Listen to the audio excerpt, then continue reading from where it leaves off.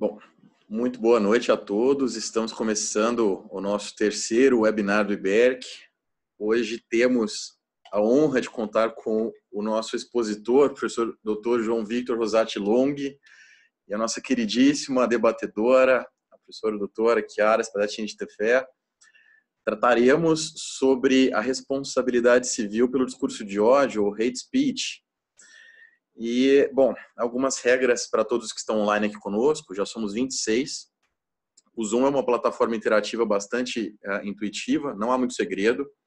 Todos podem observar, seja pelo celular, seja pelo computador, que há um menu abaixo da tela, onde é possível acessar um chat. Esse chat escrito pode ser utilizado durante todo o evento para que se comuniquem, escrevendo mensagens que podem ser lidas por todos os participantes ou enviando mensagens diretas, restritas para apenas um dos participantes. Eu peço que usem essa plataforma para registrar comentários, dúvidas ou considerações por escrito, que ao final poderão ser respondidas pelos nossos palestrantes. Mas também anoto que ao final das exposições do Dr. João Victor e da doutora Chiara, será possível a todos que estão online conosco que abram o microfone e a câmera e se pronunciem por vídeo, apresentando suas considerações ou perguntas.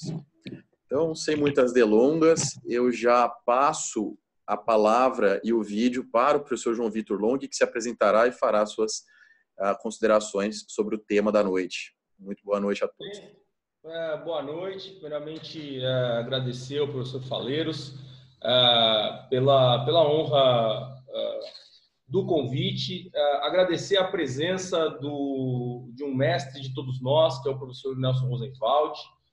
Como eu disse anteriormente, é o capitão da nossa escola de responsabilidade civil do Instituto Brasileiro de Estudos de Responsabilidade Civil, o IBERC, que é um grupo de estudiosos cada vez mais vem crescendo e cuja convivência, cuja produção, cujo debate, cuja troca de ideias ao longo dos últimos anos vem enriquecendo bastante as pesquisas e os estudos em responsabilidade civil no Brasil.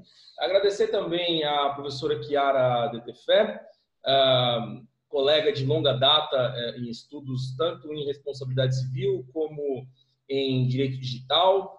Desde a época do mestrado, já participávamos de grupos de pesquisa quando no Rio de Janeiro, e dizer então que é, acima de tudo, uma alegria muito grande estar aqui nessa noite com vocês.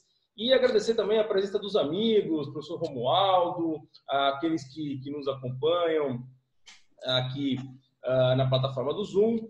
E, bom, começar a falar um pouquinho dentro da divisão, mais ou menos, que nós estabelecemos, acerca do problema do discurso de ódio ou daquilo que parte da doutrina tem estudado como um uso nocivo, danoso e, eventualmente, que incrementa riscos dentro da esfera comunicacional e da liberdade de expressão.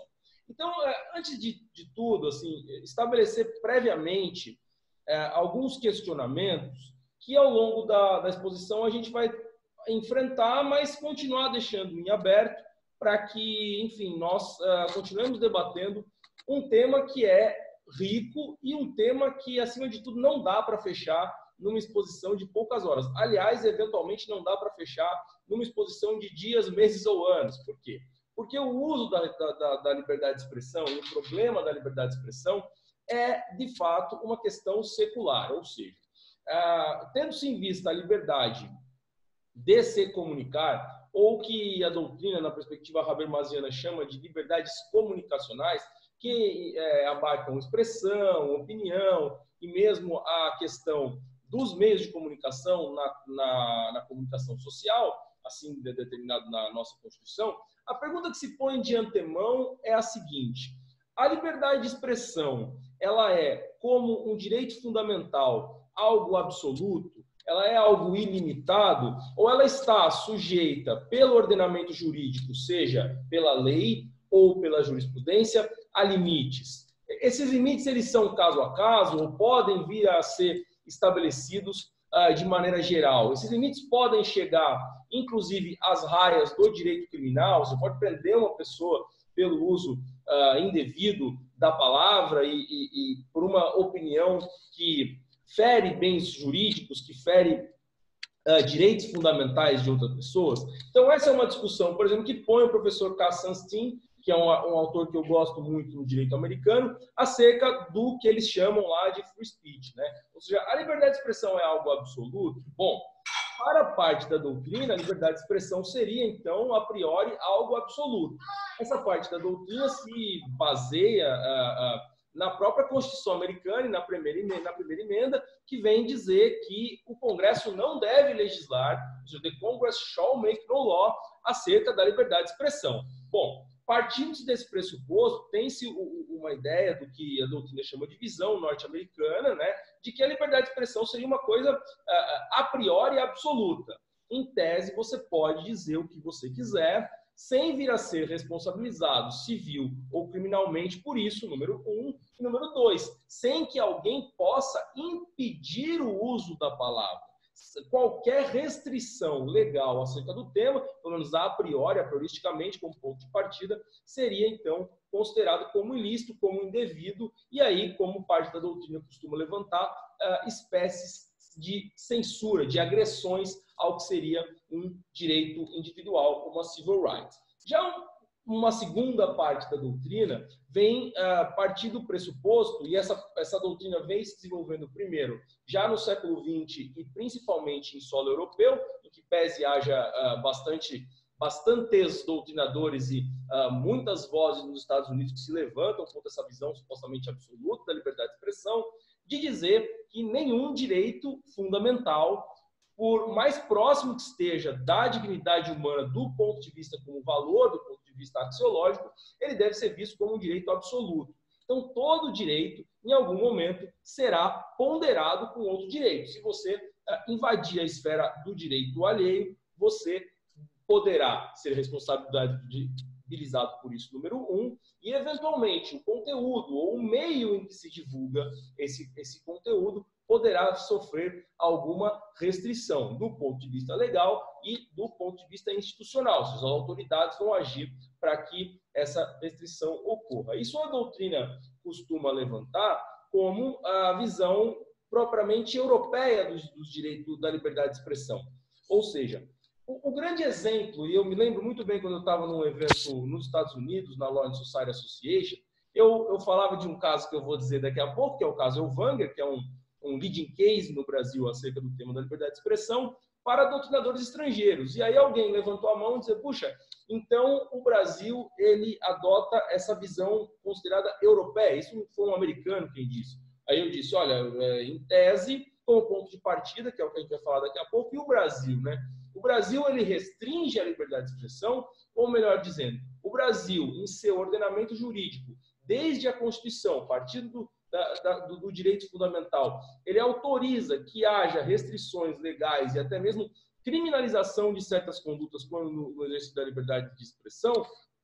Resposta como ponto de partida é que sim, né? O maior exemplo disso que a doutrina levanta é a questão do uso da suástica, ou seja, nos Estados Unidos, o uso da suástica por si só ele não pode vir a ser impedido.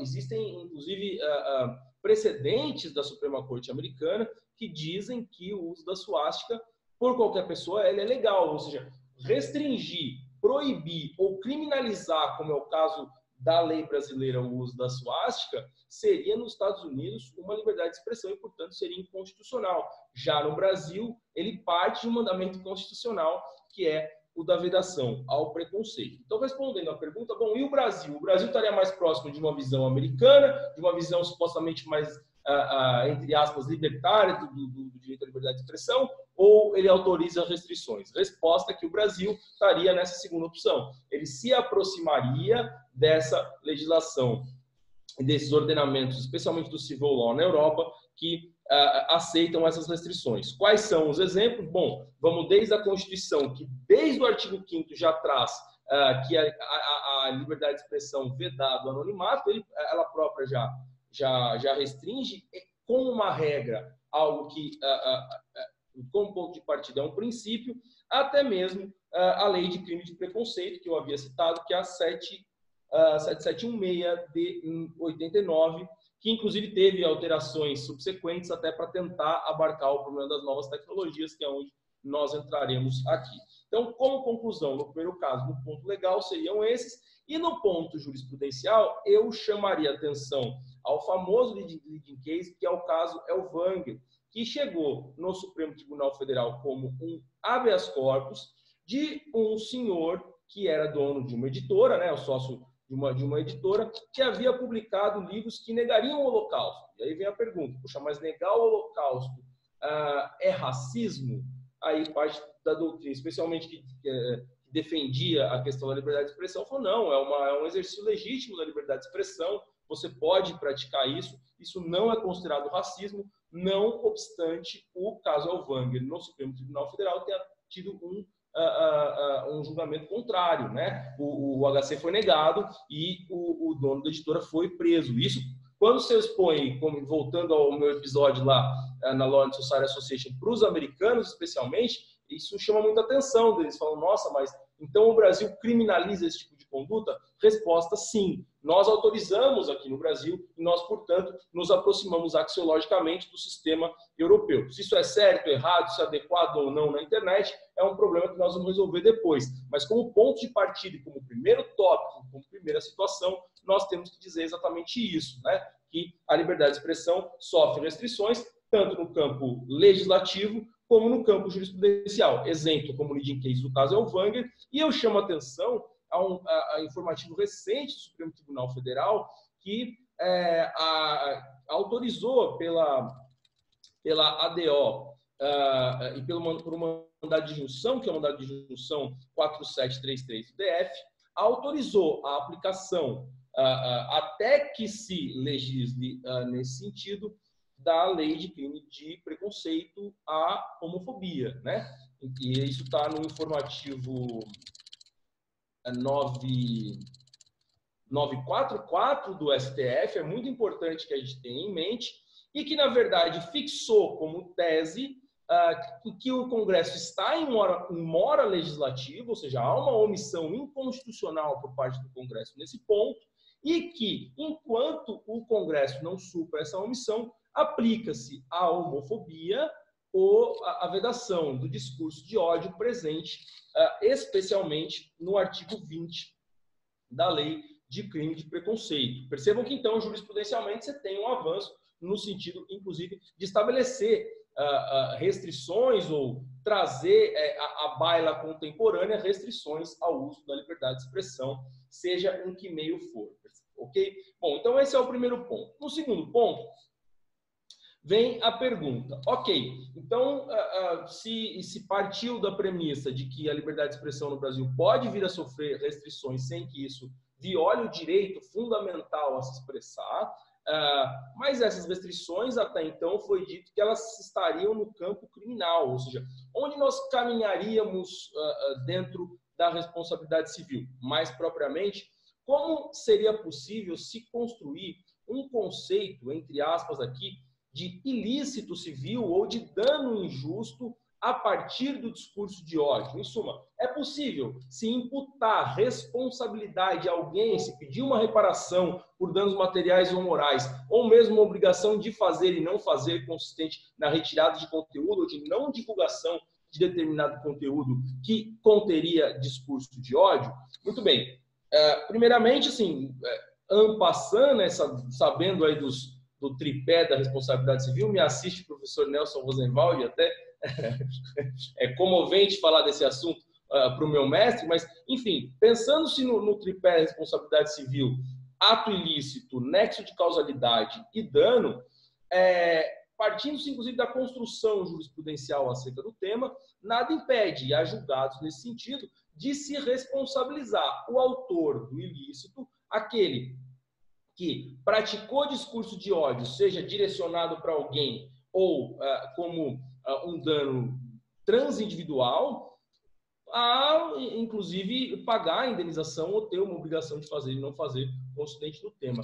Em suma, dentro do universo da responsabilidade civil, que no Brasil parte da dicotomia do Código Civil, por um lado, da culpa e, por outro, do risco, seria possível se construir uma ideia, e já encaminhando para o meio-fim da palestra, de que o discurso de ódio, como uma conduta ostensiva do ofensor, ele acaba por incrementar ou por mesmo criar certos riscos à vítima, seja uma vítima direcionada ou uma vítima em potencial, quando se trata de direitos individuais, capaz de trazer a esse ofensor uma conduta imputável e, portanto, o dever de indenizá-lo. Ou seja, partindo dessa ideia de que nós temos restrições, que o Brasil autoriza essas restrições à liberdade de expressão, ela não só não é absoluta, como, eventualmente, o mau uso dela pode vir a causar a responsabilização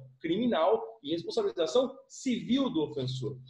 Há julgados no Supremo, por exemplo, que condenam autoridades, por exemplo, deputados, à responsabilização civil pelo discurso de ódio, ainda que não tenha sido cometido crime. E por que isso? Bom, porque a gente tem no Brasil, está no 935, se não me engano, do Código Civil, a independência das esferas. Então, basicamente, ainda que não se caracterize necessariamente um crime de preconceito como conduta penalmente imputável, não significa que não se tenha cometido um ilícito civil dentro dessa conduta imputável civilmente. Então, isso é muito importante para que a gente tenha em mente. É possível, então, a responsabilização civil no Brasil pelo discurso de ódio? Resposta: sim, seria possível se pensar em responsabilização civil pelo discurso de ódio. E aí, bom, tendo isso em mente, eu vou procurar não invadir aí a esfera de fala da minha colega Chiara, mas nós, então, delimitamos dentro do juridiquês, dentro da esfera jurídica, dentro da ponderação de interesses e do problema da invasão de um direito por outro, acerca da responsabilidade civil e da liberdade de expressão. A questão é, e a internet? E as redes sociais? Onde elas entram? Bom, elas entram no que... assim, essa é uma frase atribuída ao criador do Facebook, mas outros doutrinadores já usaram, tá? No que a internet seria considerada uma bomba para a liberdade de expressão, né?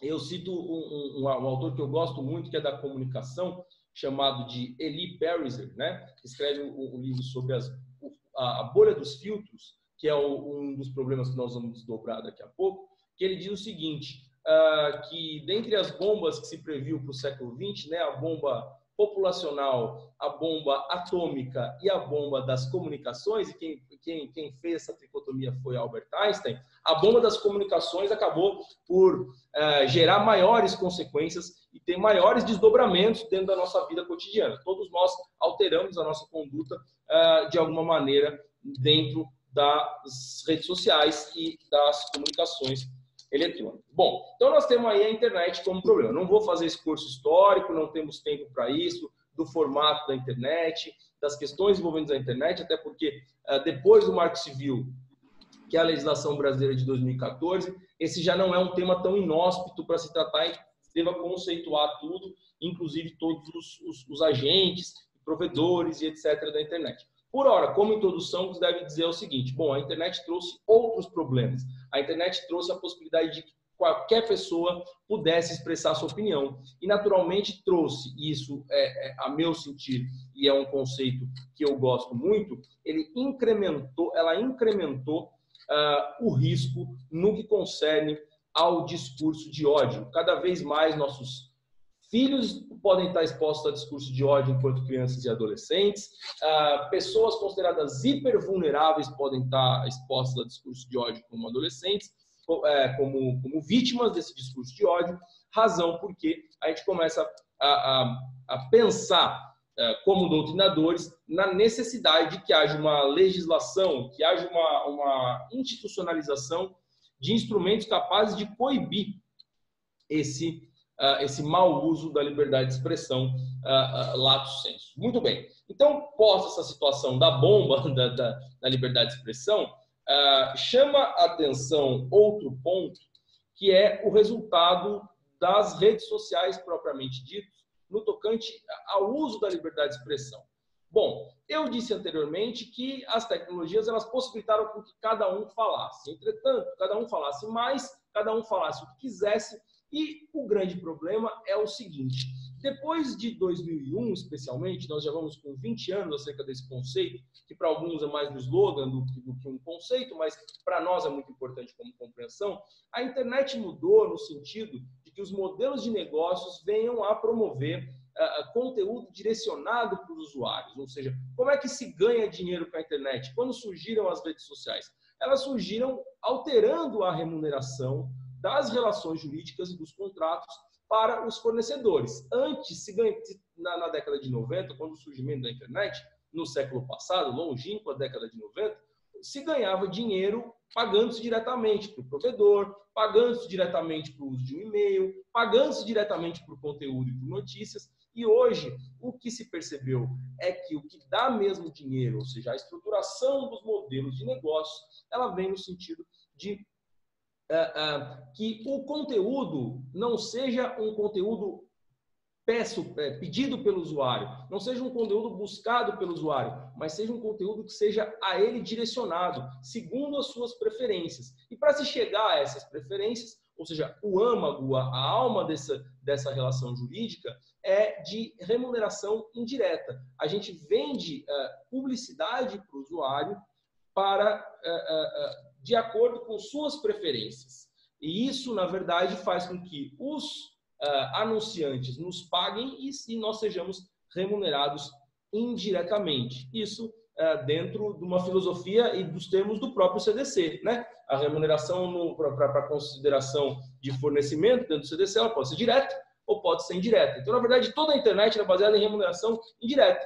Você não paga para entrar no Instagram, você não paga para usar o WhatsApp, mas você dá a eles algo que para eles é extremamente caro, que são os seus dados pessoais.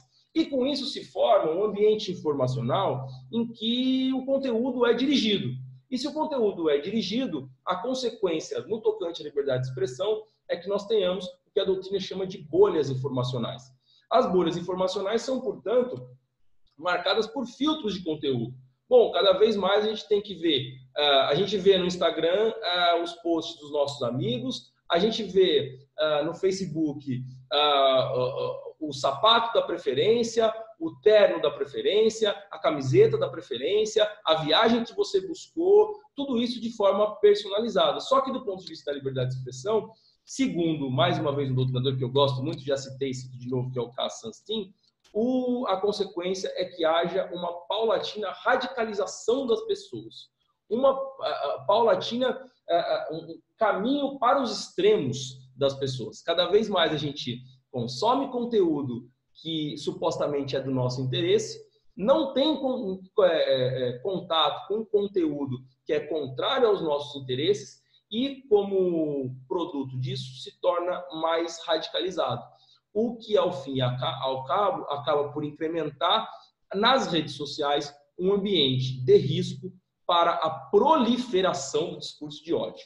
E aí vem a pergunta, bom, como que a gente trata essa questão do discurso de ódio nas redes sociais? A professora Chiara daqui a pouco eu não vou tomar o tempo dela, mas ela vai falar acerca da legislação, das políticas desses principais sites. Ela, não sei se vai dizer a natureza jurídica disso, mas eu já disse, né? Essas políticas, na verdade, integram para todos os efeitos as cláusulas que nós assinamos, né? Quando lemos, compreendemos e concordamos com os termos de uso ao entrar nas redes sociais, elas então integram essa política. E aí vem a pergunta: como que é a regulamentação desse discurso de ódio? Em que medida não chega discurso de ódio para nós? Em que medida chega discurso de ódio para as pessoas? E em que medida há aí danos? E esses danos são imputáveis a alguém?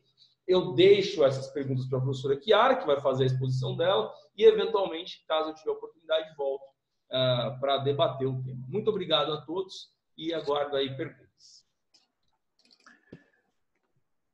Bacana, João. Antes de passar a palavra para a professora Chiara, eu vou me permitir, João Vitor, apenas fazer a leitura de uma pergunta escrita que foi enviada aqui pelo colega Tiago Elísio. Ele pede uma indicação bibliográfica, por isso eu vou tomar a liberdade de fazer a leitura agora e não ao final.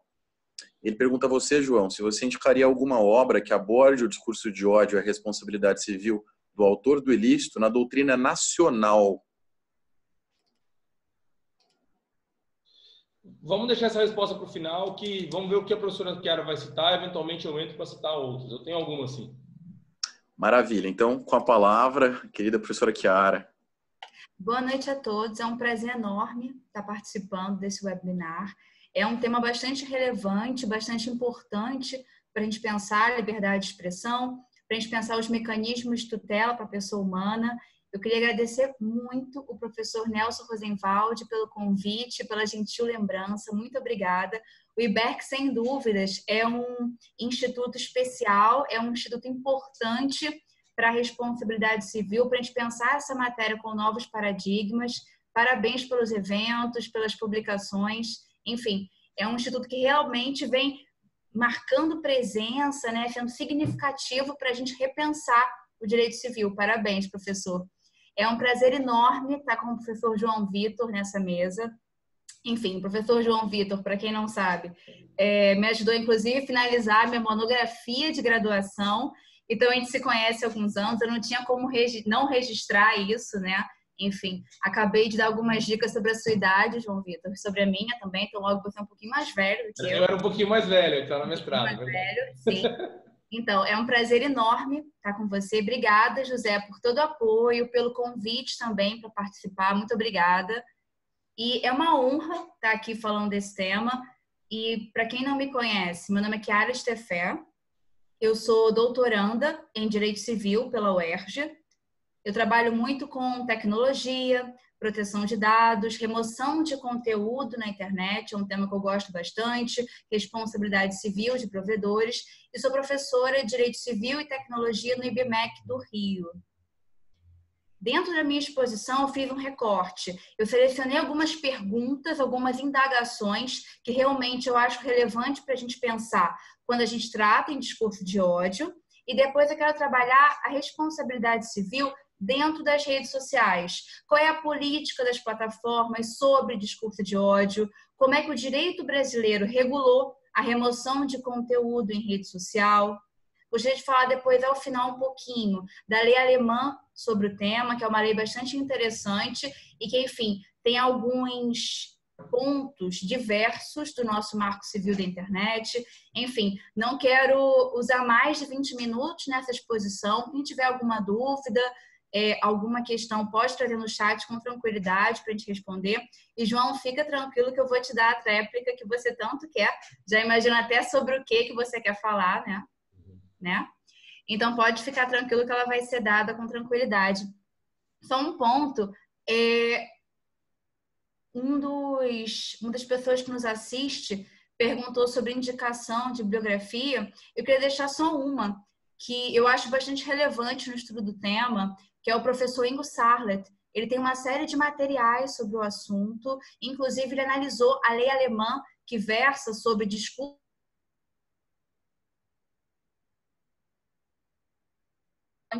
no tema de discurso de ódio e liberdade de expressão. Tenho certeza que o professor João tem uma bibliografia muito extensa sobre o assunto, é o assunto de pós-doc dele.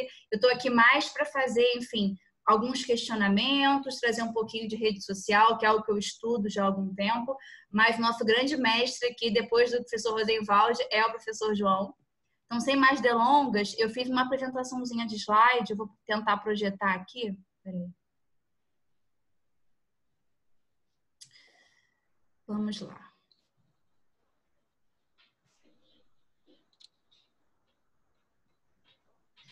Só um minutinho.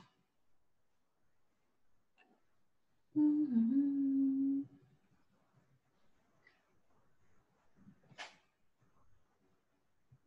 colocar aqui.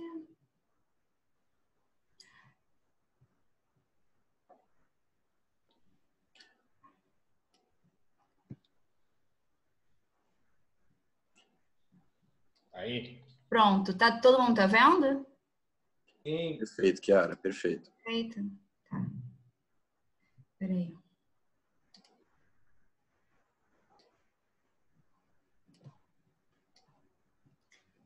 Então, inicialmente, eu queria trazer algumas questões para a gente pensar o discurso de ódio, seus contornos.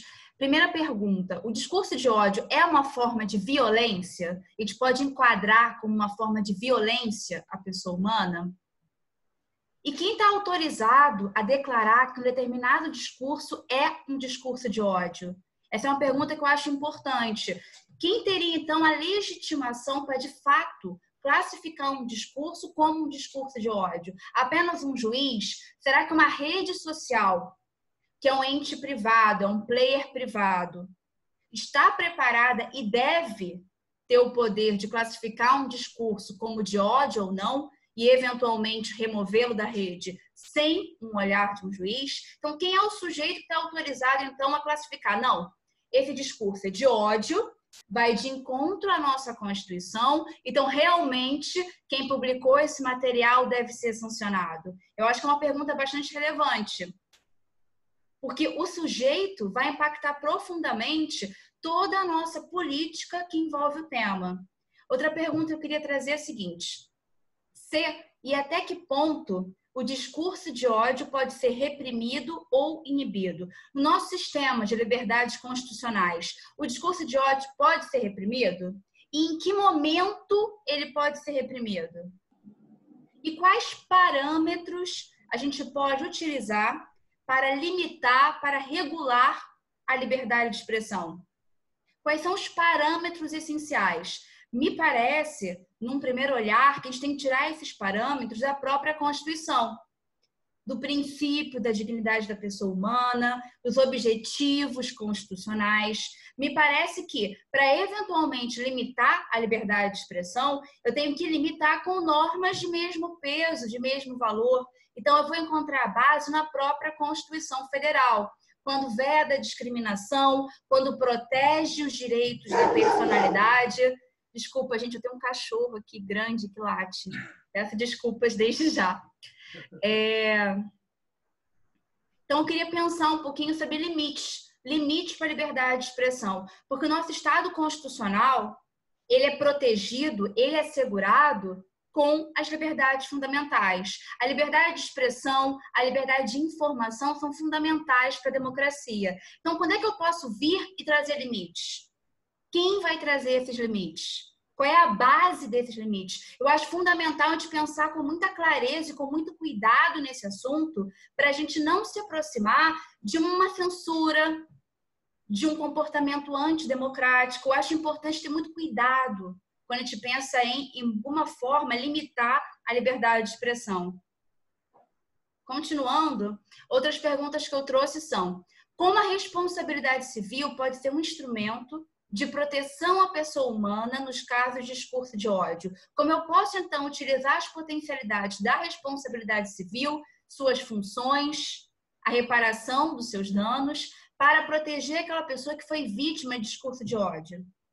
E mais, como as mídias sociais vêm lidando com a proliferação do discurso de ódio? Como o professor João Vitor bem trouxe, né? Agora, com o amplo uso das mídias sociais, vem ocorrendo, infelizmente, uma proliferação do discurso de ódio.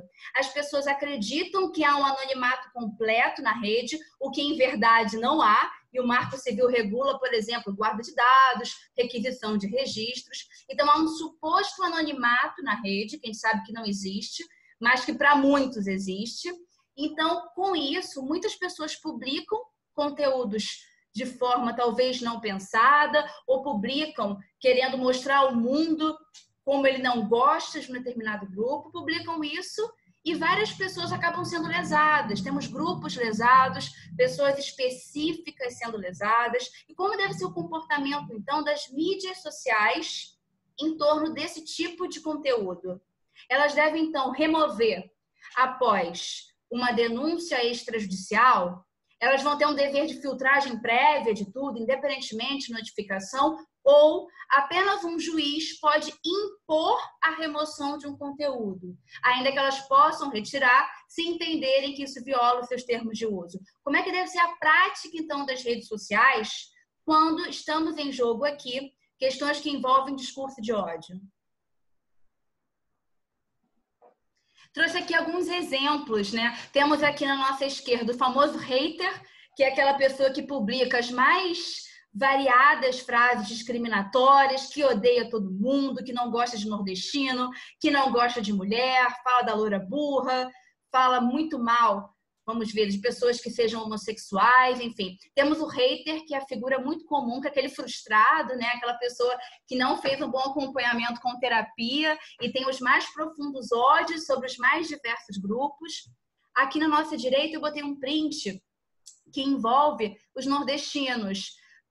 Durante as eleições, ficaram muito comuns, né, essas publicações em face dos nordestinos, criticando os nordestinos, atrelando características ruins aos nordestinos. Outro grupo que geralmente também sofre muito ataque são os homossexuais. Isso é uma situação muito delicada. Homossexuais, negros, nordestinos aqui no Brasil são muito estigmatizados, recebem, infelizmente, um discurso muito cheio de preconceito, de discriminação, e isso ocorre muito em rede social, infelizmente. Coloquei aqui alguns exemplos. Quando a Thaís Araújo postou essa foto linda, enfim, maravilhosa numa rede social, ela recebeu vários comentários ofensivos. Esses comentários são verídicos. A Thaís Araújo é uma atriz, é uma pessoa pública que, inclusive, tem dinheiro para se proteger. O que ela fez? Ela denunciou todas essas publicações, entrou com ação judicial, fez uma denúncia na delegacia, enfim. Ela teve todo o aparato para se proteger. Mas a Thaís Araújo é uma mulher, uma pessoa pública e rica. Ela tem meios para se proteger. Vamos pensar naquele mais vulnerável, na criança, no idoso, no analfabeto, ou naquela pessoa que simplesmente não tem recursos para se proteger. Não tem recursos para contratar um bom advogado, ou pior, que nem sabe os instrumentos de tutela para se proteger. Então, é uma situação muito delicada. Outro exemplo aqui, é que eu tenho um casal lindo, uma moça linda com seu namorado, postou uma foto no Facebook e veja os comentários ofensivos. Enfim, tem alguns que não tenho nem coragem de ler, né? Porque, enfim, são bastante pesados, no caso. Mas eu tenho um casal jovem aqui, expressando felicidade, expressando seu relacionamento, e vejam só os comentários absurdos que foram postados ao lado. Isso é ódio. Isso é preconceito. Isso é discriminação clara, né? Teve um caso paradigmático logo nesse início de ano, em março desse ano, que comoveu muitas pessoas, né? Foi um atirador que fez uma transmissão ao vivo do surto de fúria dele, quando ele entrou numa mesquita e matou várias pessoas na Nova Zelândia. Antes de cometer esse ato bárbaro, esse ato de fúria absurdo, irracional, ele tinha feito uma série de publicações racistas e discriminatórias num fórum na internet e depois transmitiu todo o seu atentado e a morte das pessoas dentro da mesquita e transmitiu pelo Facebook. Olha que situação delicada. Esse vídeo durou 17 minutos, transmissão ao vivo numa rede social de um atentado numa mesquita na Nova Zelândia. E esse material foi replicado em várias outras plataformas, no YouTube, no Twitter. E uma crítica que ocorreu é que houve uma demora muito grande para a remoção desse vídeo na plataforma e que as outras redes sociais também demoraram muito para remover esse conteúdo replicado. E pior, as pessoas começaram a postar pedaços do vídeo para as redes sociais não encontrarem esse material e eles conseguirem, então, perpetuar esse conteúdo na rede. Enfim, foi um caso muito grave, né? Houve uma repercussão muito forte em cima das mídias sociais que prometeram, então, após esse caso, melhorar as suas políticas, melhorar, então, as filtragens de conteúdo para evitar que um vídeo como esse fosse transmitido ao vivo no Facebook. E lembrando que não é o primeiro caso bárbaro que aparece no live do Facebook. Outros casos também que envolviam violência, suicídio, já foram transmitidos pela rede social. E fica a pergunta, mas será que também tem como a rede social monitorar ao vivo todos os vídeos que são transmitidos? Será que tem pessoal suficiente? Será que tecnicamente é possível monitorar tudo que é postado, tudo que é transmitido numa rede social tão grande como o Facebook? Eu separei aqui as principais políticas das mídias sociais quando a gente trata de discurso de ódio. Eu separei Facebook, YouTube e Twitter, que são as principais redes, né? Temos 3 players aí bastante grandes. Os 3, de forma geral, tutelam o discurso de ódio, eles são contrários à proliferação desse tipo de discurso, falam de forma muito clara, muito expressa, que discurso de ódio não é permitido na plataforma, mas o problema que a gente encontra não obstante os termos de uso vedarem discurso de ódio nas redes sociais, nós encontramos facilmente discurso de ódio, seja no YouTube, seja no Facebook, seja no Instagram, seja no Twitter. E, infelizmente, as redes sociais estão falhando na análise dos conteúdos que são postados, na análise dos conteúdos que são denunciados, principalmente o Facebook. Inclusive, o Facebook foi recentemente multado na Alemanha porque se verificou que o Facebook não estava analisando com rigor as denúncias que envolviam discurso de ódio e também não estava reportando todas as denúncias às autoridades. Havia havia um número bem pequenininho de reporte, mas, em verdade, se verificou que dentro da plataforma tínhamos diversas situações que envolviam discurso de ódio. Então, o que me parece aqui? Que, num primeiro momento, as plataformas são contrárias ao discurso de ódio, vedam o discurso de ódio, mas que falta, sinceramente, um atuar mais forte para evitar a proliferação desse discurso. Porque eles têm, inclusive, base para respaldar a remoção de conteúdo que envolve discurso de ódio. Os termos de uso dos 3 principais players vedam discurso de ódio. E é interessante notar que muitos deles trazem exemplos do que eles consideram discurso de ódio, para justamente trazer parâmetros para as pessoas. Vamos analisar primeiro o Facebook.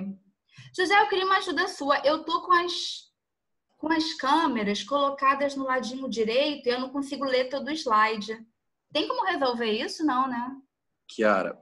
Consegui. Conseguiu? Reduzir vocês rapidamente, tá? Facebook. Tudo que eu coloquei aqui que envolve termos de uso, eu tirei de forma literal dos sites, tá? Eu não fiz nenhuma interferência. Então, Facebook. Não permitimos discurso de ódio no Facebook por criar um ambiente de intimidação e de exclusão, que, em alguns casos, pode promover violência no mundo real. E é interessante que essas plataformas, inclusive, definem o que é discurso de ódio, né? Que é um conceito tão delicado, mas para evitar insegurança, as plataformas, nos seus termos, geralmente definem o que elas entendem como discurso de ódio. Aí o Facebook fala o seguinte para a gente. Definimos discurso de ódio como um ataque direto a pessoas com base no que chamamos de características protegidas, raça, etnia, nacionalidade, filiação religiosa, orientação sexual, casta, sexo, gênero, identidade de gênero e doença ou deficiência grave. Também oferecemos proteções para o status migratório. Definimos ataques como discursos violentos ou degradantes, declarações de inferioridade ou incentivo à exclusão ou segregação. O Twitter também tem uma política bastante interessante sobre discurso de ódio e dentro dos termos de uso que eu pude ler, me pareceu que a política do Twitter é a mais completa, é a que tem realmente mais preocupação com a prevenção e também a propagação do discurso de ódio. Eu separei alguns trechinhos para a gente ler. Fala-se o seguinte: não é permitido promover violência, atacar diretamente ou ameaçar outras pessoas com base em raça, etnia, nacionalidade, orientação sexual, sexo, identidade de gênero, idade, deficiência ou doença grave. Também se fala que não é permitido usar imagens ou símbolos de propagação de ódio, porque se sabe que o ódio pode ser propagado numa rede social não só com texto, mas também com imagem, um próprio nome de perfil pode ensejar um discurso de ódio. Há várias formas de expressão. E o Twitter olha essas várias formas de expressão e regula. Regula como? Vedando discurso de ódio nesse ambiente. E continua. Proibimos conteúdos que fazem ameaças violentas a um alvo identificável. Proibimos conteúdo que almeja, espera, promove ou expressa um desejo de morte, lesões corporais graves e duradouras ou doença grave em relação a toda uma categoria protegida. E traz aqui alguns exemplos. Eu achei interessante o Twitter e o YouTube, porque eles trazem exemplos de discursos considerados discursos de ódio. Então aqui, espero que você tenha câncer e morra. Espero que você seja atropelado por um carro na próxima vez que abrir a boca.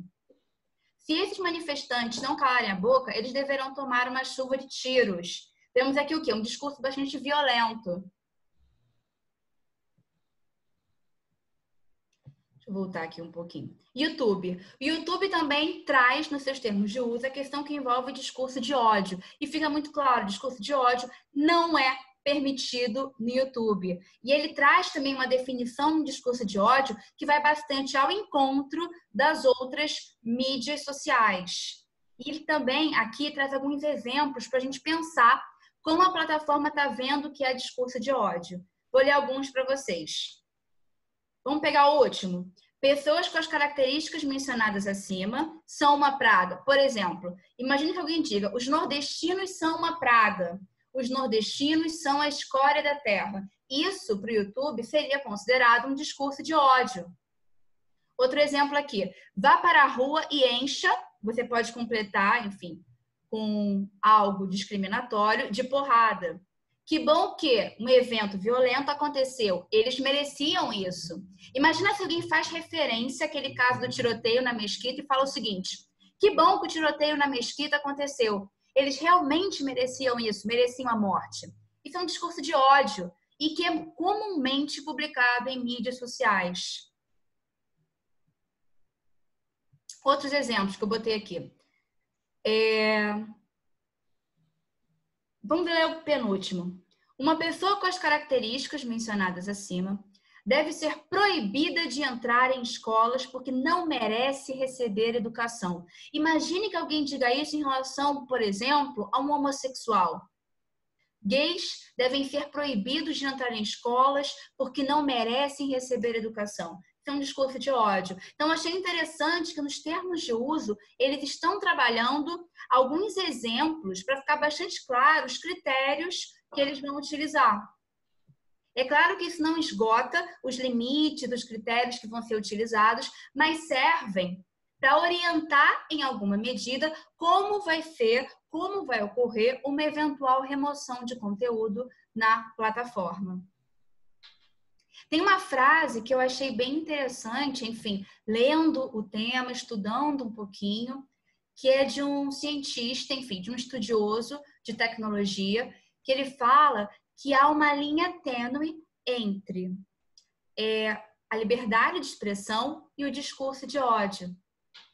A liberdade de expressão encoraja o debate, enquanto o discurso de ódio incita a violência. Por isso que é tão interessante a gente tomar cuidado quando a gente pensa em limites à liberdade de expressão.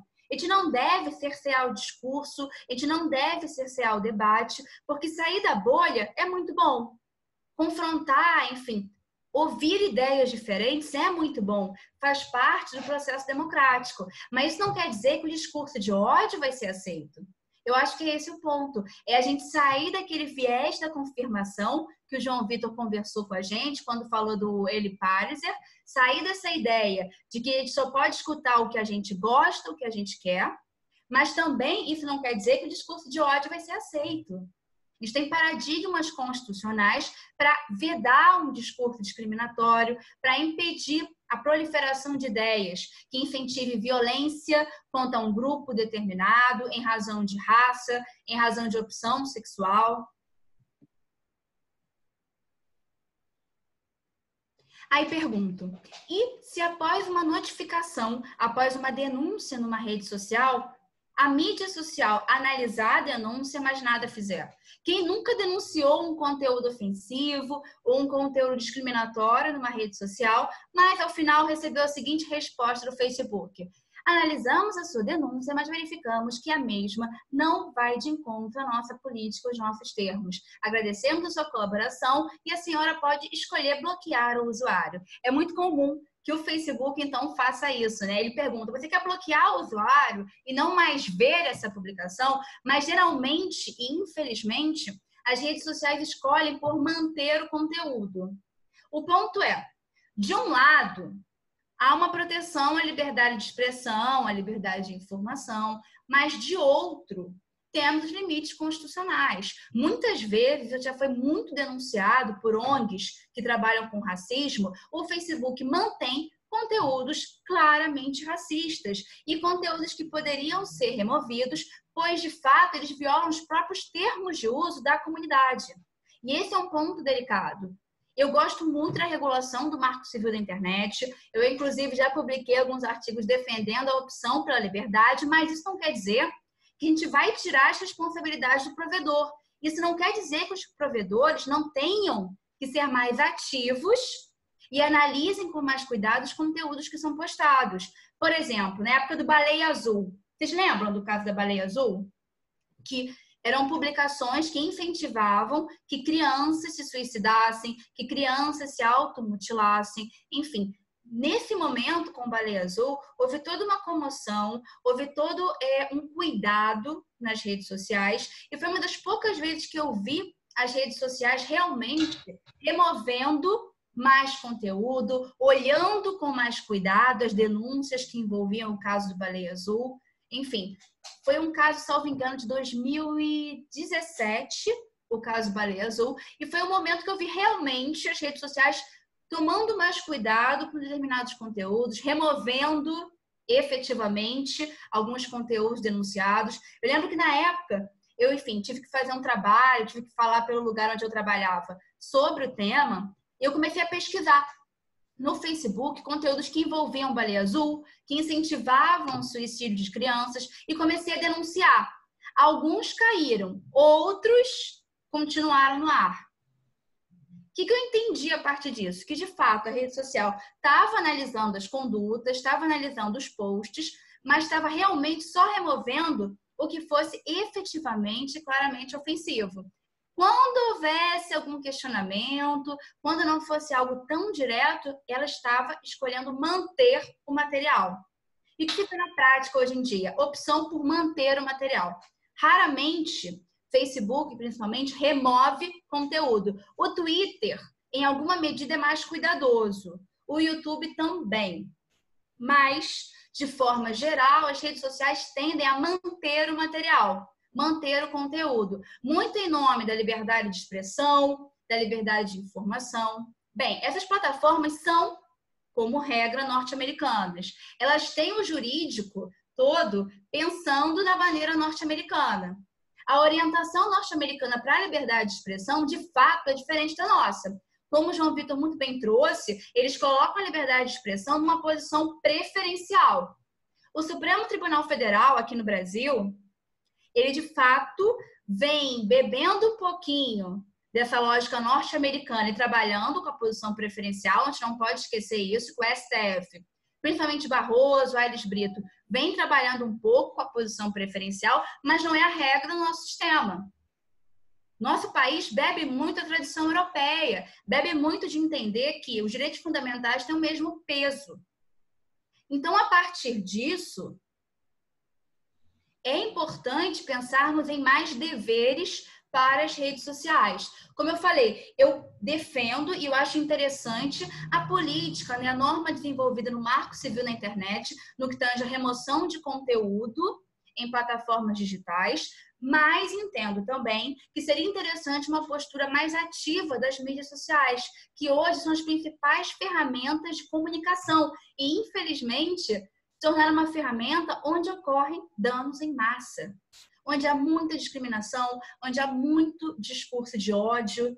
Então, seria interessante uma política mais forte, tanto com viés educativo, tá? Eu acho interessante sempre pensar na promoção da educação, trazendo posts, então, que incentivassem mais empatia, mais delicadeza na rede social. Inclusive, alguns usuários poderiam receber um feedback, talvez, após postar um conteúdo bastante violento. Então, podia pensar numa lógica educativa, mas também numa lógica da rede social analisar com um pouco mais de cuidado aquilo que está sendo postado, aquilo que está sendo denunciado.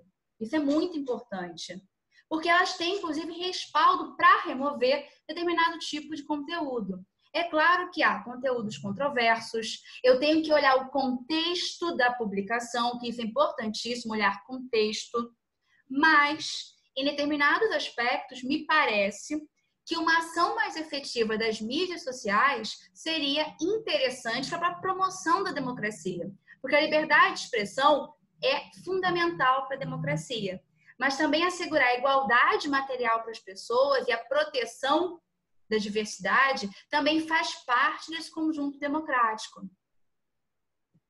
Então, vamos trabalhar um pouquinho o marco civil da internet. Nossa regra geral de remoção de conteúdo que envolve as mídias sociais está presente no artigo 19 do Marco Civil da Internet, que é a Lei 12.965 de 2014. Então, qual é a nossa regra geral?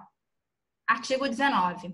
Com o intuito de assegurar a liberdade de expressão e impedir a censura, o provedor de aplicações de internet, um bom exemplo é a mídia social, somente poderá ser responsabilizado civilmente por danos decorrentes de conteúdo gerado por terceiros se, após ordem judicial específica, não tomar as providências para, então, remover o conteúdo lesivo. O que a gente tira a partir do artigo 19? Que a mídia social só vai ter obrigação, só vai ter o dever jurídico de remover um conteúdo após ordem judicial específica. Então, aqui se colocou nas mãos do magistrado a análise do conteúdo lesivo. Todavia, o Marco Civil em nenhum momento impede que a rede social, com base nos seus termos de uso, remova o conteúdo. Se eu tenho os termos de uso, se foi assinado um contrato de adesão entre o usuário e a rede social, ela pode usar os termos de uso para remover um conteúdo lesivo. Não há problema sobre isso. O que o Marco Civil fala é que a obrigação legal de remover um conteúdo de terceiro só nasce após ordem judicial específica. Foi, sem dúvidas, uma opção pela liberdade. Sem dúvida, se entendeu que seria melhor para a proteção da liberdade de expressão ter um terceiro imparcial analisando o conteúdo antes que a plataforma removesse preventivamente o mesmo.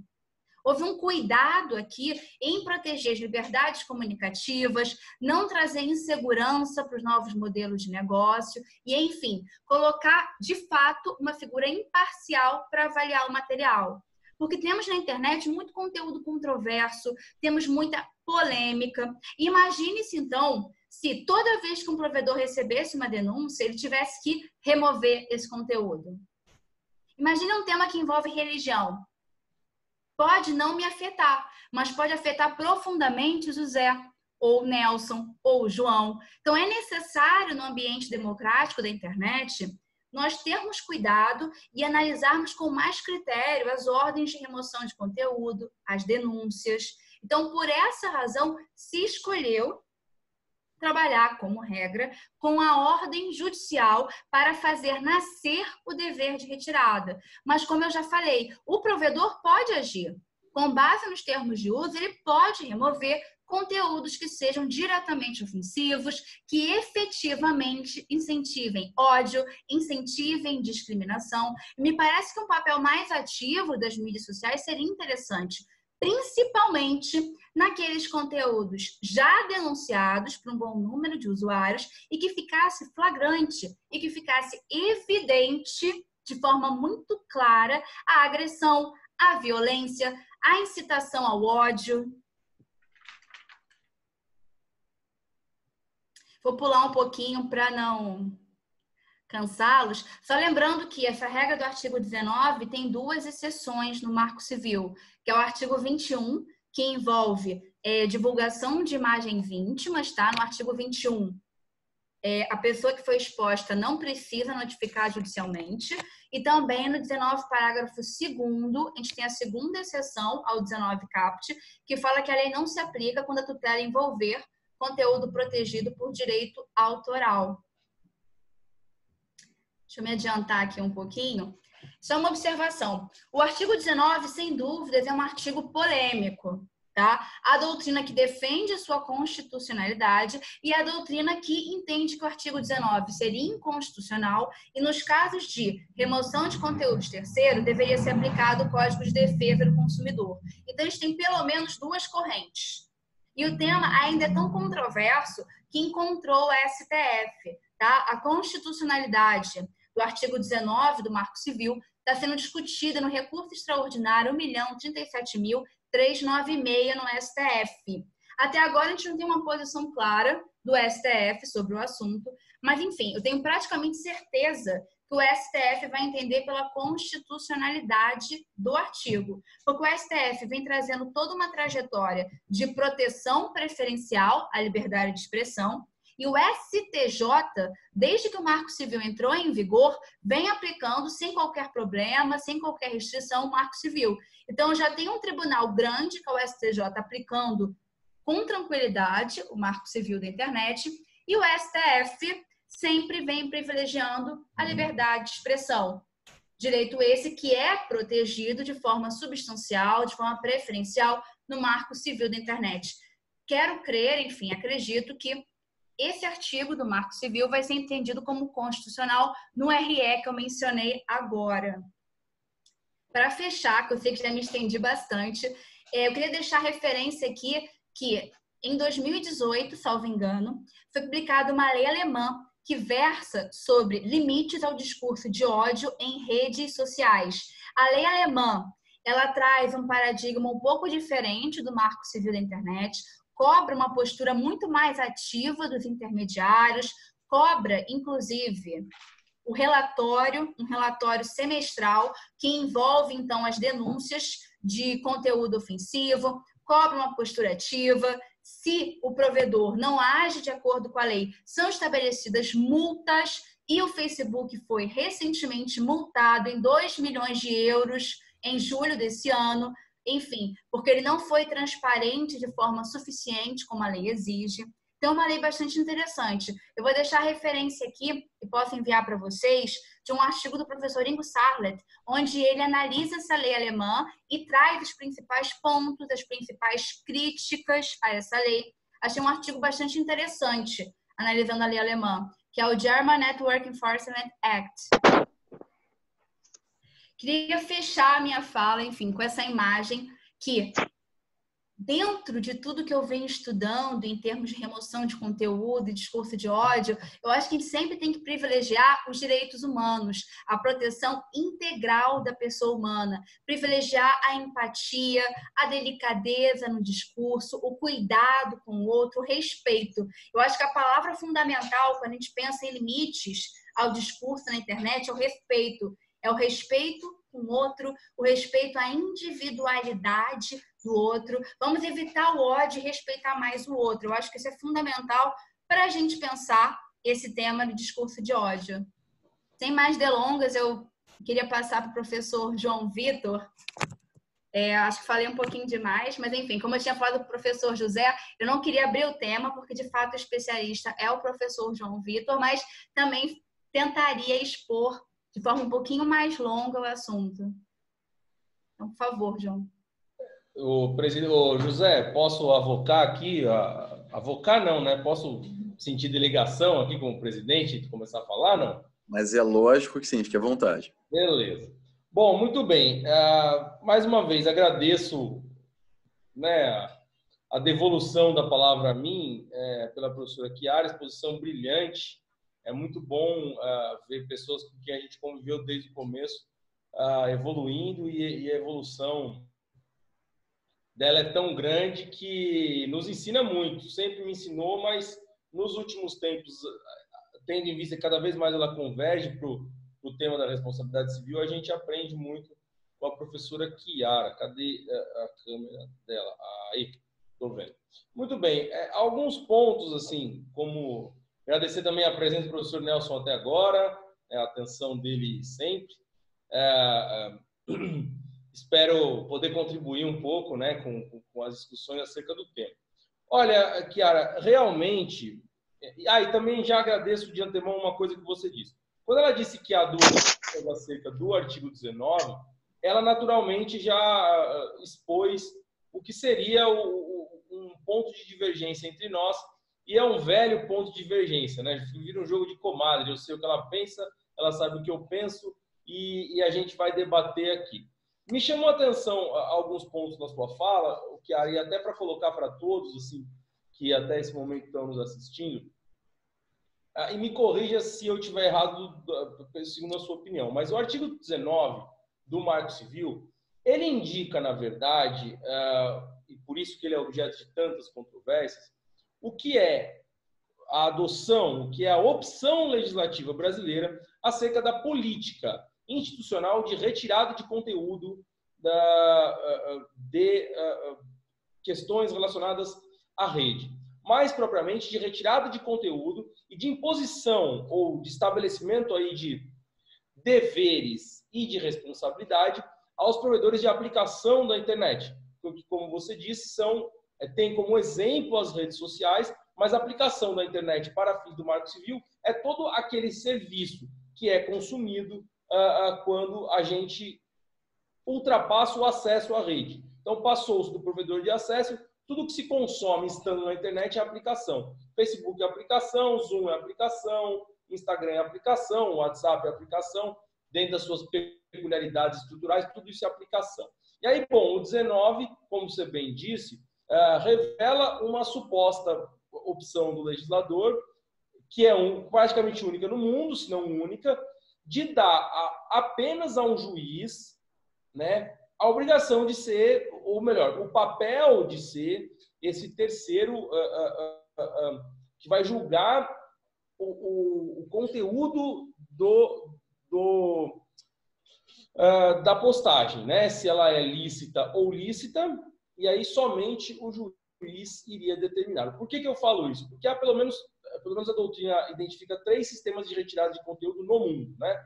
O primeiro deles é o que dá da responsabilidade objetiva, ou strict liability, que diz basicamente que o provedor é responsável pelo conteúdo inserido por terceiros, e é aqui que nós estamos. Não é um conteúdo por ele criado como se ele fosse um provedor de comunicação, como é um G1, ou como é, enfim, um provedor de notícias, né? Esse aí tem a responsabilidade pelo que ele posta, né? Havendo discussões sobre se ele tem responsabilidade ou não sobre o que postam naqueles comentários embaixo, mas ele tem responsabilidade sobre o que posta. Mas o problema é o que os terceiros postam. Afinal, eu, como provedor, vou ter responsabilidade sobre tudo? Bom, parte da doutrina vai dizer que aplica-se o Código de Defesa do Consumidor, e aí quem tem uma aplicação, supostamente uma visão radical aí disso, que não é nenhum de nós, porque eu estaria do outro lado da doutrina, a doutora Chiara já mencionou isso, e eu sim continuo acreditando que há um sistema normativo e a base estrutural e funcional dessa relação jurídica é uma relação jurídica de consumo, por mais que a gente possa pensar que a responsabilidade objetiva não seja absoluta, por mais que a gente possa pensar em que medida que você tem aí os riscos, que é uma pergunta que eu gostaria até que você respondesse depois, se a gente tivesse tempo, né? Porque senão a gente vai ficar aqui até 6 meses falando do assunto, que é um assunto muito rico que a gente gosta muito. Mas, então, primeiro essa corrente. A segunda corrente, que aí é que tá, ela seria a corrente americana, ela determinaria o chamado princípio do notice and take down. Bom, a rede social, ela só é responsável pela retirada do conteúdo inserido por terceiro, uma vez notificada inequivocamente da ilicitude desse conteúdo. Qual o problema? Esse sistema foi pensado para os direitos autorais, lá no início da década de 90, quando a internet ainda era 1.0, ainda não tinha essa facilidade para se postar conteúdo inserido por terceiros, e essa notificação nos Estados Unidos é uma notificação extrajudicial. Então, uma vez notificado extrajudicialmente, em tese, a rede social, segundo a sua política de uso, é que vai ter o dever de retirar. Qual o ponto? O ponto é que ela vai retirar ou não se isso viola os seus termos de uso. Daí porque lá nos Estados Unidos, que é quem, digamos assim, rege a nossa vida hoje do ponto de vista de estrutura negocial e contratual, você tem políticas de conteúdo, tem termos de uso que são tão sofisticados, né? E cada vez mais o Facebook, o Instagram, eles vão mudando para tentar abarcar. Para tentar, na verdade, como titulares de um modelo de negócios e, na minha dicção, fornecedores, dizerem, olha, a gente retira se a gente achar que esse conteúdo é lícito. Essa análise está sendo afocada por nós. Nós vamos fazer essa análise, que é o ponto que você chamou a atenção. E daí um terceiro, que é o sistema brasileiro, em que, pelo menos essa é a visão mainstream da doutrina, né? Inclusive, você se filia a essa doutrina e dizer, bom, já que essa controvérsia é tão grande, não há para o provedor de aplicações um dever de controlar previamente esse conteúdo, mas sim de dizer que esse conteúdo é um conteúdo lícito ou ilícito a priori, que é o que a gente chama de dever geral de controle. Ele não tem dever geral de controle, senão, isso é o que diz, inclusive o Marco Civil, né, vai se chegar à censura. Bom, eu tenho uma pergunta que eu queria escutar de você, assim. Você chega à conclusão na tua exposição de que as redes sociais estariam falhando. Isso é um ponto de convergência muito sensível entre nós, né? No fundo, em que pese aí essa suposta alteração nos caminhos, a gente chega a destinos muito próximos, porque me parece que hoje é senso comum que as redes sociais, eu brinco isso sempre, nos levaram a viver o laranja mecânica no século XXI, né? A gente está num ambiente de violência enorme, qualquer coisa que você posta pode vir tanto um ser humano controlando um perfil, quanto um perfil controlado por um robô, por uma inteligência artificial, e começa ali a te xingar, a te detonar, isso inclusive massivamente, o que eu tenho, através de um autor americano que eu gosto muito, que é o Tim Wu, chamado de censura reversa, né? Chega um ponto que a gente hoje tem um chilling effect, tem um efeito resfriador da liberdade de expressão. Você fala, cara, não vou ficar postando isso aí não, porque, nossa, se eu manifestar minha opinião, meu Deus, as pessoas vão me xingar tanto, vão me ameaçar tanto, eu posso até morrer, então é melhor eu não postar. Parece uma piada isso que eu estou fazendo, mas é triste, e essa é a realidade onde a gente vive. O Tim Wu chama isso de censura reversa. Tá? Ele fala o seguinte, a gente vive em um ambiente hoje em que ele é censurado de maneira privada e censurado muitas vezes por robôs, né? Que são induzidos aí a agredir aqueles cujo conteúdo não é querido por uma suposta maioria na internet. Então, eu queria te fazer uma pergunta, Chiara, para encerrar assim a minha exposição. Você optou pela responsabilidade objetiva, subjetiva, você disse que, na verdade, essa é a opção do Marco Civil, você, de fato, ataca a doutrina, infelizmente, majoritária para mim, né? Mas ela é, de fato, majoritária.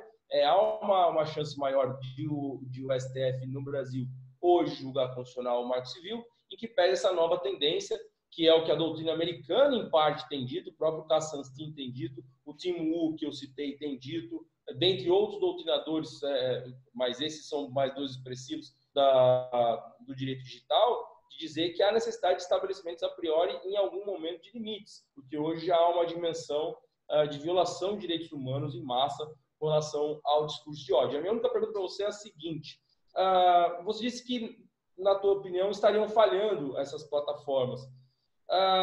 Essas falhas, elas configurariam negligência, se configurando negligência é necessário prová-las para imputar ao Facebook, ao Instagram, essa responsabilidade civil, ou se, na verdade, elas não poderiam ser pensadas como fato do serviço, e aí, como fato do serviço, você não vai ter uma censura prévia da internet se aplicar o CDC como alma do Marco Civil, mas simplesmente dizer, olha, quando o serviço falhar, quando houver a prova do fato do serviço, é que haverá uma responsabilidade objetiva, e não sempre, não sobre qualquer conteúdo ilícito, porque nem todo conteúdo é ilícito a priori, pelo contrário, a gente fala o que a gente quiser, mas deve se responsabilizar pelo que fala. E os provedores, a meu humilde sentido, também.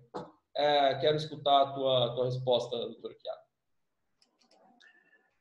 Pessoal, me desculpe interrompê-la, Chiara. O teu microfone está desligado. Se puder ligá-lo. Prezados, pelo adiantar da hora, já alinhei aqui com a Chiara. Ela tomou nota das perguntas que foram enviadas por escrito e também do questionamento que foi enviado pelo João Vitor. Eu posso falar 30 segundos do livro? Que eu não quero deixar o meu amigo na mão. Sim, só um minutinho, João. Olha, eu esperei a Chiara falar pela delicadeza de ver qual seria a biografia dela, mas um livro que, em português, me chamou muito a atenção, é do João Trindade Cavalcante Filho. Tá? João Trindade Cavalcante Filho, Discurso do ódio na jurisprudência alemã, americana e brasileira. Saraiva, 2017. Recomendo leitura. Há outros enormes. Quando você falou brasileiro, eu murchei. Porque, para mim, o grande livro é o do Jeremy Waldron, né? The Harm on Hate Speech, e tem também o do Cass Sunstein sobre The Problem of Free Speech, que ele fala do discurso de ódio. Além de outros do Cass Sunstein, que eu gosto muito do autor, todo mundo sabe. Então, tá falado. Valeu, João. Sem muitas delongas, eu passo a palavra para a Chiara, que vai fazer as respostas aos questionamentos lançados e já caminhar para o nosso encerramento, pessoal, devido ao adiantar da hora. Muito obrigado. Obrigada, José. Em relação à sua pergunta, João, de fato, eu acho que a gente converge quando a gente entende que as plataformas deveriam ter uma postura mais ativa no que tange a discurso de ódio, tá? Mas me parece que o melhor caminho nesse momento não seria impor um regime de responsabilidade mais severo a elas, mas impor, por exemplo, relatórios de transparência, o que é existido na Alemanha. Eu acho que falta mais transparência das redes sociais no que tange as denúncias de conteúdo que envolve ódio, no que tange as remoções de conteúdo que envolve ódio. Então, acho que um caminho interessante seria a obrigatoriedade delas publicarem um relatório semestral e enviarem para as autoridades um relatório sobre como está sendo cuidado com o discurso de ódio, como está sendo feito, né, o olhar no que tange o racismo. Então, talvez um relatório, mais transparência, políticas educativas na plataforma, mais políticas educativas na plataforma e fora da plataforma, que são modelos de negócio que têm um lucro muito alto. Eu acho que talvez pudessem investir mais em políticas também offline que combatam discriminação, que combatam discurso de ódio, é chegar mesmo nas escolas e colocar palestras, capacitar os professores, porque não adianta também a gente sair responsabilizando todo mundo, trazendo norma jurídica, se as normas sociais, se a sociedade não muda, né? Lembrando agora um pouco do Lessig, em regulação, se a gente quer regular com eficiência, a gente não pode pensar só em norma jurídica. A gente vai ter vários atores trabalhando na regulação. Então, acho interessante, num primeiro momento, a gente pensar em cobrar uma postura mais ativa delas, muito mais transparência, né? Muito mais cuidado com as denúncias e também muito mais investimento em políticas online e offline que combatam o discurso de ódio, né? Políticas, a gente tem que chegar nas pessoas, tem que mudar a cabeça das pessoas, principalmente, que é quem está publicando conteúdo ofensivo na rede social. Esse conteúdo não é próprio do Facebook, não é próprio do YouTube, é conteúdo de terceiro. Então, se eu não consigo entrar na causa, não adianta eu sair responsabilizando a plataforma, porque, sinceramente, eu tenho muito medo, tenho muita preocupação em dar tanto poder para a rede social, em dar tanto poder para ela sair removendo conteúdo em massa, sair filtrando discurso em massa, porque é muito conteúdo polêmico, é muito importante olhar contexto, o contexto da publicação de um texto. Pode, por exemplo, ser um texto que num primeiro momento parece ofensivo, mas que é uma sátira crítica sobre os preconceitos da sociedade. Então, me parece que, num primeiro momento, a gente poderia trabalhar mais políticas de prevenção ao ódio, tentar mudar realmente a cabeça das pessoas, porque a regulação e a mudança de comportamento não vai vir só porque tem uma lei vedando, porque tem um sistema de responsabilidade civil mais forte. E a gente também tem que tomar cuidado para a responsabilidade civil não ser um instrumento que vai impedir, que vai prejudicar os novos modelos de negócio, o discurso na rede, porque, afinal, a diversidade é protegida pela lei. Ninguém é obrigado a pensar da mesma forma, mas eu não posso usar esse argumento para incentivar a discriminação, para incentivar o ódio. Falta, então, a mudança de postura dos próprios usuários. Como eu falei, não há um anonimato total na rede, é muito difícil, inclusive, você, de fato, ser anônimo, tem como rastrear dado, rastrear IP, enfim, tem como fazer um rastreio mais severo. E o que as pessoas estão postando reflete muito o inconsciente delas, o que elas gostariam de falar no mundo real não estão falando. Então, isso tem que ser o quê? Trabalhado, tratado, para evitar que isso chegue ao mundo real. Vamos lembrar o caso do tiroteio. Tiroteio nas escolas, tiroteio em grandes eventos, tiroteio na mesquita. Isso começou online e teve uma repercussão muito séria no mundo real. Por isso que eu tenho medo de sair punindo plataforma, porque não está chegando no problema. O problema real são as pessoas que estão postando conteúdo ofensivo. Eu acho importante fazer um trabalho bem sério com as pessoas, porque vai ter impacto no mundo real. Daqui a pouco essa pessoa que publica conteúdo ofensivo pega uma arma e sai atirando, vê um homossexual na rua e agride, vê uma loura na rua e faz uma piada ofensiva. Respondi você? Com certeza, lógico. Queria ouvir de você porque é um debate que iria horas. Mas agradeço, então, Chiara, muito. Parabéns pela tua exposição. Obrigada. E agradeço primeiro ao professor Nelson por proporcionar a gente estar nesse momento aqui, fazer parte do IBERC. É uma honra muito grande ostentar a presença dele aqui. E agradecer ao professor Faleiros também pelo carinho. E a presença de todos aí que ficaram até essa hora assistindo. Obrigado. Eu agradeço também a presença de todos. Muito obrigada a cada um que, enfim, atrasou um pouquinho o jantar ou que não ficou com a sua família para escutar um pouquinho sobre o discurso de ódio. Eu vou deixar meu e-mail no chat para quem tiver alguma dúvida, quiser algum material. Além do professor Ingo Sarlat, aqui no Brasil, o Daniel Sarmento também tem uma publicação bastante interessante, tá? Sobre o discurso de ódio. Ele tem já um olhar que dá preferência à liberdade de expressão, diferente do Ingo Sarlat. Então, acho interessante fazer esse contraponto. E são dois ótimos doutrinadores nacionais que têm bons trabalhos acadêmicos em português. O João Vitor, enfim, deu referências ótimas sobre o assunto. Internacionalmente, temos ótimos autores, mas também aqui no Brasil temos boa bibliografia sobre o assunto. E é interessante pensar em discurso de ódio, não só pensar em Casel Wanger. É, de fato, um livre case, mas temos outros tantos julgados excelentes que envolvem discurso de ódio. Recentemente, no Tribunal do Rio, se questionou se poderia ser publicado ou não o livro My Kampf. Houve esse questionamento que foi analisado pelo TJ do Rio. Então, temos vários julgados excelentes. Vou deixar aqui meu e-mail para quem precisar. Mais uma vez, agradeço muito o professor Nelson. Deixando o meu também, galera. Desculpa. Agradeço muito, José, também, por todo o apoio, pelo convite. Obrigada a todos. Enfim, ficamos em contato para mais debates, mais questionamentos. Muito obrigado a todos, professora Chiara, professor João. Uma satisfação. Eu vou, então, liberar aqui os microfones e câmeras de todos para que digam tchau. Se despeçam. Muito obrigado a todos pela participação. Boa noite, gente. Tudo bem? Valeu.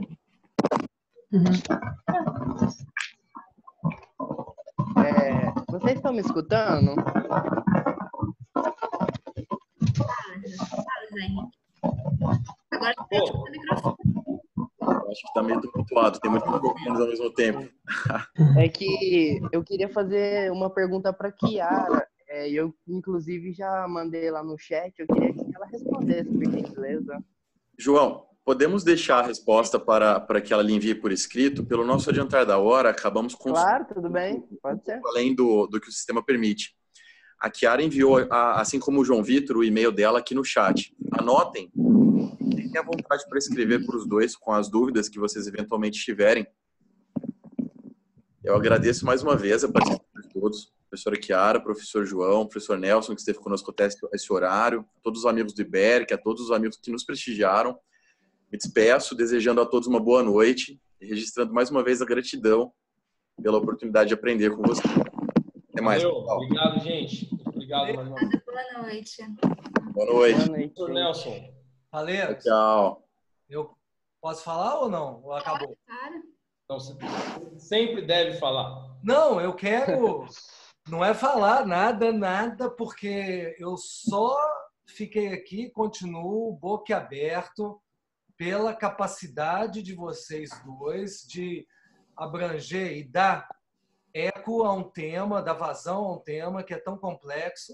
Vocês reconhecem que os constitucionalistas introduziram essa temática no Brasil de uma forma tão densa e eu fiquei extremamente satisfeito de ver como tanto Chiara como o João Vitor trouxeram todos os questionamentos que são atinentes à matéria, de uma forma muito atual. E achei até muito engraçado que um estava acusando a idade do outro e vocês estão jovens e estão brilhantes.